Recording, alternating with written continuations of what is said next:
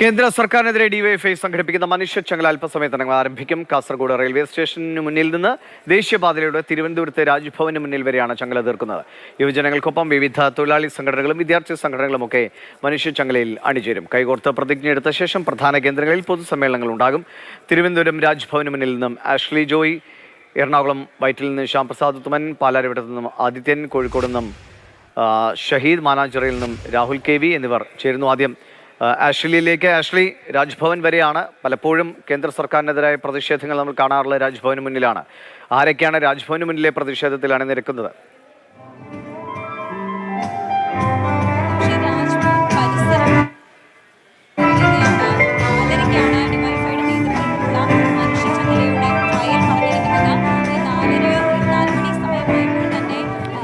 രാജ്ഭവന് മുന്നിലാണ് ആഷ്ലിയുള്ള. ശബ്ദത്തിൽ ചെറിയ പ്രശ്നങ്ങളുണ്ട്. എന്തായാലും രാജ്ഭവൻ വരെയാണ്, കാസർഗോഡ് മുതൽ രാജ്ഭവൻ വരെ നീണ്ടു നിൽക്കുന്ന മനുഷ്യച്ചങ്ങലയാണ് ഡിവൈഎഫ്ഐ സംഘടിപ്പിക്കുന്നത്. കേന്ദ്ര സർക്കാരിൻ്റെ കേരളത്തോടുള്ള നയത്തിലൊക്കെ പ്രതിഷേധിച്ചുള്ള ഒരു സമര മുറയാണ് ഇത്. ഒട്ടേറെ മറ്റ് സംഘടനകളും ഇടത് സംഘടനകളും ഒക്കെ ചേർന്ന് നിൽക്കുന്നുണ്ട്. ശ്യാം പ്രസാദ് ഉത്തമൻ കൊച്ചിയിൽ നിന്നും കൂടി ചേരുന്നു. ശ്യാം, അവിടെ ആരൊക്കെയാണ് പ്രധാനപ്പെട്ട നേതാക്കൾ ഈ മനുഷ്യച്ചങ്ങലയുടെ ഭാഗമാകുന്നത്? എങ്ങനെയാണ് അവിടുത്തെ ക്രമീകരണം?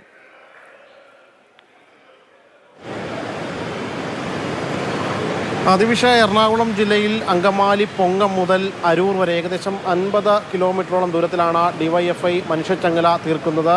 അതായത് 1 ലക്ഷത്തിലേറെ ആളുകൾ ഈ മനുഷ്യച്ചങ്ങലയിൽ അണിനിരക്കും എന്നാണ് ഡിവൈഎഫ്ഐ വ്യക്തമാക്കുന്നത്. പ്രധാനമായിട്ടും 4:30 കൂടിയാണ് ഇവിടെ ട്രയൽ ആരംഭിക്കുക. ഇവിടെ പ്രധാന 5 ഇടങ്ങളുണ്ട്. ഈ 5 ഇടങ്ങളിലാണ് പരിപാടികളെല്ലാം തന്നെ ക്രമീകരിച്ചിട്ടുള്ളത്.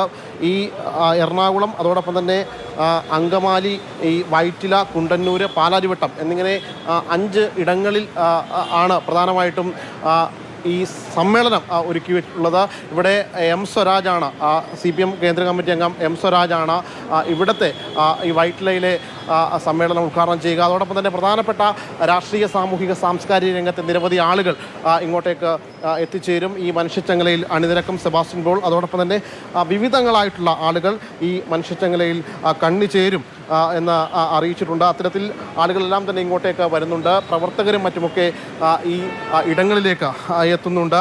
പ്രധാനമായിട്ടും കൊച്ചിയിൽ സിനിമ, സാമൂഹിക, സാംസ്കാരിക മേഖലയിലെ ആളുകളും പങ്കെടുക്കും എന്ന് അറിയിച്ചിട്ടുണ്ട്. സിനിമാ മേഖലയിൽ നിന്നും സംവിധായകരായിട്ടുള്ള കമൽ, ആഷിഖ് അബു, അനുരാജ് മനോഹർ, മുഹമ്മദ് ഷഫി, സോഹൻ സീൻലാൽ അടക്കമുള്ള ആളുകൾ, അതോടൊപ്പം തന്നെ സീരിയൽ താരങ്ങളായിട്ടുള്ള ഇബ്രാഹിം കുട്ടി, ഇർഷാദ് അലി, അങ്ങനെ മറ്റ് നിരവധി ആളുകൾ ഇങ്ങോട്ടേക്ക് ഇവിടെ എത്തി ഈ മനുഷ്യച്ചങ്ങലയിൽ കണ്ടുചേരും. ഇപ്പോൾ പ്രവർത്തകർ ഇവിടെ എത്തി ഇപ്പോൾ റോഡിൻ്റെ സൈഡുകളിലായി എത്തിക്കൊണ്ടിരിക്കുകയാണ്. 4:30 കൂടിയാണ് ട്രയൽ ആരംഭിക്കുക. അതിനുശേഷം 5 മണിക്കായിരിക്കും. ശ്യാം പ്രസാദ് ഉത്തമനാണ് കൊച്ചിയിലെ വിവരങ്ങൾ പങ്കുവച്ചുകൊണ്ടിരുന്നത്. നമുക്ക് കോഴിക്കോട്ടേക്ക് കൂടി പോകാം. മുഹമ്മദ് ഷഹീദ് ഉണ്ട്. ഷഹീദ്, ഇപ്പോൾ വലിയ തോതിലുള്ള പ്രതിഷേധമാണ്. നേരത്തെ വിവിധ പാർട്ടി നേതാക്കൾ, CPM നേതാക്കളെല്ലാവരും തന്നെ, പ്രമുഖരെല്ലാവരും തന്നെ പലയിടങ്ങളിൽ, അതായത് തങ്ങളുടെ ജില്ലാ കേന്ദ്രങ്ങളിൽ അടിസ്ഥാനപ്പെടുത്തി ഈ സമരത്തിൻ്റെ ഭാഗമാകുന്നുണ്ട്. കോഴിക്കോട് ആരൊക്കെയാണ്? ഇപ്പോൾ തന്നെ പ്രവർത്തകരൊക്കെ അണിചേർന്ന് കഴിഞ്ഞോ? ജില്ല ഏതറ്റം മുതൽ ഏതറ്റം വരെയാണ് ഈ മനുഷ്യച്ചങ്ങല കടന്നു പോകുന്നത്? നിമിഷം, തീർച്ചയായും കേന്ദ്ര സർക്കാരിന്റെ അവഗണനക്കെതിരെ തെരുവിൽ മനുഷ്യച്ചങ്ങല തീർത്ത് വലിയ പ്രതിഷേധം തീർക്കാൻ തന്നെയാണ് ഡിവൈഎഫ്ഐയുടെ തീരുമാനിച്ചിരിക്കുന്നത്. ജില്ലയിൽ ഇപ്പോൾ ഞാൻ നിൽക്കുന്നത് കോഴിക്കോട് മുതലക്കുളം, മാനാഞ്ചിറക്കടുത്തുള്ള മുതലക്കുളത്താണ്. ഇവിടെയാണ് മുതിർന്ന നേതാക്കന്മാർ, കേന്ദ്ര കമ്മിറ്റി അംഗം എളവരവൻ കരീം ഉൾപ്പെടെയുള്ള നേതാക്കന്മാർ ഇവിടെ പങ്കെടുക്കുന്നുണ്ട്. ഒപ്പം തന്നെ സാഹിത്യകാരന്മാർ PK പാറക്കടവ്, KP രാമനുണ്ണി ഉൾപ്പെടെയുള്ള എഴുത്തുകാർ ഇവിടെ ഈ മനുഷ്യച്ചങ്ങലയിൽ കണ്ടുചേരാനായി ഇവിടെ എത്തിയിട്ടുണ്ട്. പ്രവർത്തകരും ഇവിടെ ഇപ്പോൾ എത്തിക്കൊണ്ടിരിക്കുന്നുണ്ട്. പലയിടങ്ങളിലായി പ്രവർത്തകർ വഴിതേളി ഇപ്പോൾ റിഹേഴ്സൽ ട്രയൽ ഏകദേശം 4:30 കൂടി ആരംഭിക്കും. അതിനായി പ്രവർത്തകർ എത്തിത്തുടങ്ങിയിട്ടുണ്ട്.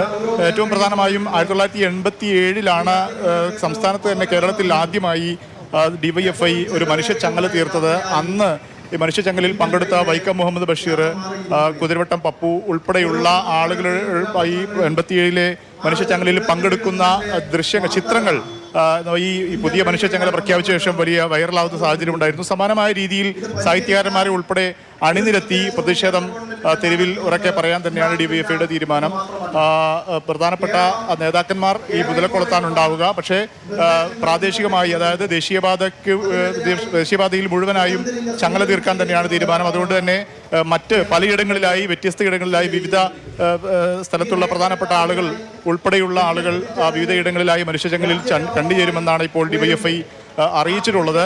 പ്രവർത്തകർ എത്തിത്തുടങ്ങിയിട്ടുണ്ട്. 5 മണിയോടുകൂടി സർവസജ്ജമായി മനുഷ്യച്ചങ്ങല കോഴിക്കോടും സംസ്ഥാനത്തുടനീളം തീർക്കുന്നതിന്റെ ഭാഗമായി കോഴിക്കോടും പ്രവർത്തകർ മനുഷ്യച്ചങ്ങല തീർത്ത് അതിൽ കണ്ടുചേരുന്ന സാഹചര്യം ഉണ്ടാവും. ശരി, കോഴിക്കോടുള്ള വിവരങ്ങളാണ് ഷഹീദ് പങ്കുവെച്ച്. നമുക്ക് തിരികെ കൊച്ചി പാലാരിവട്ടത്തേക്ക് ഇവിടെ വരാം. അവിടെ ആദിത്യൻ ഓമനക്കുട്ടനുണ്ട്. ആദിത്യൻ, ഈ പരമാവധി ഗതാഗതത്തേക്ക് തടസ്സപ്പെടുത്താത്ത രീതിയിൽ തന്നെയാണല്ലോ ഈ സമരം ക്രമീകരിക്കുന്നത്. എങ്ങനെയാണ് പാലാരിവട്ടത്തെ ഒരുക്കങ്ങളൊക്കെ?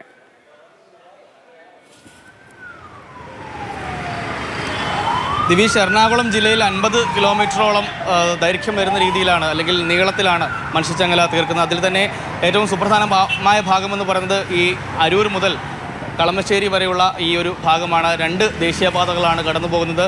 ദേശീയപാത 66ഉം ദേശീയപാത 544. അപ്പോൾ കൊച്ചി പോലെ ഇത്ര തിരക്കേറിയ ഒരു നഗരമായതുകൊണ്ട് തന്നെ ദേശീയപാതയിൽ മനുഷ്യച്ചങ്ങല വരുമ്പോൾ അത് വലിയൊരു ഗതാഗത കുരുക്കും ഒരു സ്തംഭിക്കുന്ന രീതിയിലേക്ക് പോയേക്കാമെന്നുള്ള കാരണത്താൽ, അല്ലെങ്കിൽ അതിൻ്റെ മുന്നറിയിപ്പ് എന്ന വെണ്ണോണം വഴിതിരിച്ചുവിടൽ, ഒരു ഗതാഗത നിയന്ത്രണത്തെ തുടർന്നുള്ള വഴിതിരിച്ചുവിടലാണ് പോലീസ് ഉദ്ദേശിക്കുന്നത്. 4:30 മുതൽ, അതായത് ഏതാനും നിമിഷങ്ങൾക്ക് ശേഷം ഇവിടെ ഗതാഗത നിയന്ത്രണം ഉണ്ടാവും. ഞാൻ നേരത്തെ പറഞ്ഞ ഈ 2 ദേശീയപാതകളിൽ, അതായത് അരൂർ മുതൽ ഇടപ്പള്ളി വരെയുള്ള ദേശീയപാത 66ലും ഇടപ്പള്ളിയിൽ തുടങ്ങി കളമശ്ശേരി മുട്ടം വരെയുള്ള ദേശീയപാത 544-ലായിരിക്കും ഗതാഗത നിയന്ത്രണം ഉണ്ടാവുക. മനുഷ്യച്ചങ്ങലയെ തുടർന്ന് ഇവർ വിവിധ വഴികളിലൂടെ തിരിഞ്ഞു വേണം പോകാൻ. അതിനായി കണ്ടെയ്നർ റോഡും സീപോർട്ട് എയർപോർട്ട് റോഡുമാണ് നിലവിൽ നിശ്ചയിച്ചിട്ടുള്ളത്. അതായത് ആലപ്പുഴ അരൂർ ഭാഗത്തേക്ക് പോകുന്നവർ ഇടക്കൊച്ചി വഴി വേണം തിരിഞ്ഞു പോകാൻ. അതുപോലെ തന്നെ തൃപ്പൂണിത്തറ കാക്കനാട് ഭാഗത്തേക്ക് പോകുന്നവർ സീപോർട്ട് എയർപോർട്ട് റോഡ് വഴി വേണം പോകാൻ. അതുപോലെ തന്നെ തൃശ്ശൂരേക്ക് പോകുന്നവർ കണ്ടെയ്നർ റോഡ് മാർഗം വേണം പോകാൻ. അത്തരത്തിൽ വലിയ ആളുകളെ പ്രതീക്ഷിക്കുന്നതുകൊണ്ട് തന്നെ ഈ ദേശീയപാതയിലുടനീളമായി അങ്കമാലി വരെയുണ്ട്. അതായത് 1 ലക്ഷം പേരെയാണ് എറണാകുളം ജില്ലയിൽ ആകെ പ്രതീക്ഷിക്കുന്നത്. അതുകൊണ്ട് തന്നെ വലിയൊരു തിരക്ക് പ്രതീക്ഷിച്ചുകൊണ്ട് ഗതാഗത നിയന്ത്രണങ്ങളും പോലീസ് ഏർപ്പെടുത്തിയിട്ടുണ്ട്. ഏതാനും നിമിഷങ്ങൾക്ക് ശേഷം, അതായത് 4:30 മുതൽ 5:30 വരെ വലിയ ഗതാഗത നിയന്ത്രണങ്ങൾ കൊച്ചിയിലുണ്ടാകും. ഇതിനു മുമ്പ് നരേന്ദ്രമോദി വന്നപ്പോഴും ഇതുപോലെ തന്നെയായിരുന്നു. വലിയ ഗതാഗത തിരക്കുള്ള നഗരമാണ് കൊച്ചി, നമുക്കറിയാം. അതുകൊണ്ട് തന്നെ ഏറെ മുൻകരുതലുകളും ഇടറോഡുകൾ വഴി ആളുകളെ തിരിച്ചുവിടേണ്ടതുണ്ട്. അതുകൊണ്ട് തന്നെ ആളുകളും വേഗത്തിൽ തന്നെ പാസ് ചെയ്യുകയാണ് ഇവിടെ ഈ ഭാഗത്തുകൂടി പോകേണ്ടവർ. കാരണം ഏതാനും നിമിഷങ്ങൾക്കുള്ളിൽ ഇവിടെ ഗതാഗത നിയന്ത്രണം വരും. എന്തായാലും വലിയൊരു പരിപാടി തന്നെയാണ് കേന്ദ്രത്തിനെതിരെ ഡിവൈഎഫ്ഐ സംഘടിപ്പിക്കുന്നത്. ഇതിനു മുമ്പ് 1987 സംഘടിപ്പിച്ച മനുഷ്യച്ചങ്ങലയ്ക്ക് സമാനമായി അന്ന് 693 കിലോമീറ്ററോളം വരുന്ന നീളത്തിൽ വരുന്ന വലിയൊരു മനുഷ്യച്ചങ്ങല സംഘടിപ്പിച്ചു. ഇന്നും അതുപോലെ തന്നെ വലിയ രാഷ്ട്രീയ വിഷയങ്ങൾ ഉന്നയിച്ചുകൊണ്ട് കേന്ദ്രം യുവാക്കളെയും കേരളത്തെയും ആകെ അവഗണിക്കുകയാണ്. വലിയൊരു സാമ്പത്തിക ഉപരോധമാണ് കേരളത്തിന് മുന്നിലുള്ളത്. അതുപോലെ തന്നെ തൊഴിൽ രഹിതരായ ഒരുപാട് പേർ ഒരുപാട് പ്രശ്നങ്ങൾ അനുഭവിക്കുമ്പോഴും കേന്ദ്ര സർക്കാർ അവർക്ക് അവസരങ്ങൾ നൽകുന്നില്ല. ഒരുപാട് തൊഴിലവസരങ്ങൾ ഉണ്ടായിട്ട് കൂടി അവരുടെ അവസരങ്ങൾ പിടിച്ചു നിർത്തി തസ്തികകൾ ഇല്ലാതെയാക്കുന്നു. കഴിഞ്ഞ 1 വർഷത്തിൽ ഒരു സൈനിക റിക്രൂട്ട്മെന്റ് പോലും നടത്തിയിട്ടില്ല എന്ന തരത്തിൽ വലിയ പ്രതിഷേധമാണ് ഡിവൈഎഫ്ഐ ഉന്നയിക്കുന്നത്. അതിൻ്റെ ഭാഗമായി കൊച്ചിയിലും വലിയ ആൾക്കൂട്ടത്തെ പ്രതീക്ഷിക്കുന്നു. 1 ലക്ഷത്തിലധികം പേരെയാണ് നിലവിൽ കൊച്ചിയിൽ പ്രതീക്ഷിക്കുന്നത്. ദിവീഷ്.